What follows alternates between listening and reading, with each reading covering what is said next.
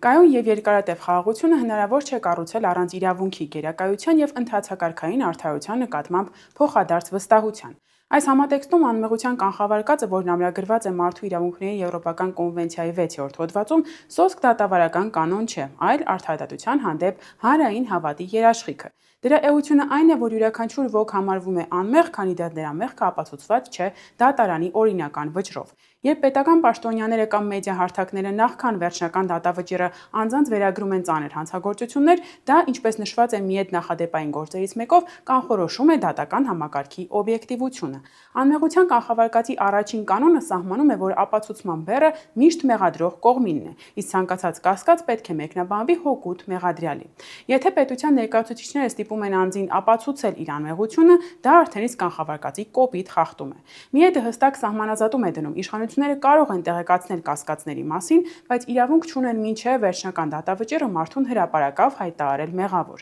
Էականը բառերի տառացի ձևը չէ, այլ դրանց իրական իմաստը ու ազդեցությունը հանրային կարծիքի վրա։ Բաքվում ընթացող դատավարություններում պաշտոնական կանխակալ ձևակերպումներից խուսափելը կլիներ առաջին կարևոր քայլը ցույց տալու, որ տարածաշրջանում իսկապես կա կամք ձևավորելու իրավական նոր մշակույթ, քանզի իրավական կանխակալության բացառումը վստահության կամուրջների կառուցման հիմքն է։ Սակայն խաղաղության կառուցակարգման տեսանկյունից էականը գիտակցել, որ պահվող անձանց եւ գերիների շարունակական առկայությունն ինքնին հիմնովին խախտում է խաղաղության մասին դասական եւ ընկալելի պատկերացումները եւ անհնարին դարձնում միմյանց հանդեպ վստահության ամրապնդումը։ Հաջորդիվ կվերլուծենք, թե ինչպես է այս սկզբունքը դառնում առանցքային տարածաշրջանային իրավական երկխոսության համար եւ որտեղ է տապալվում։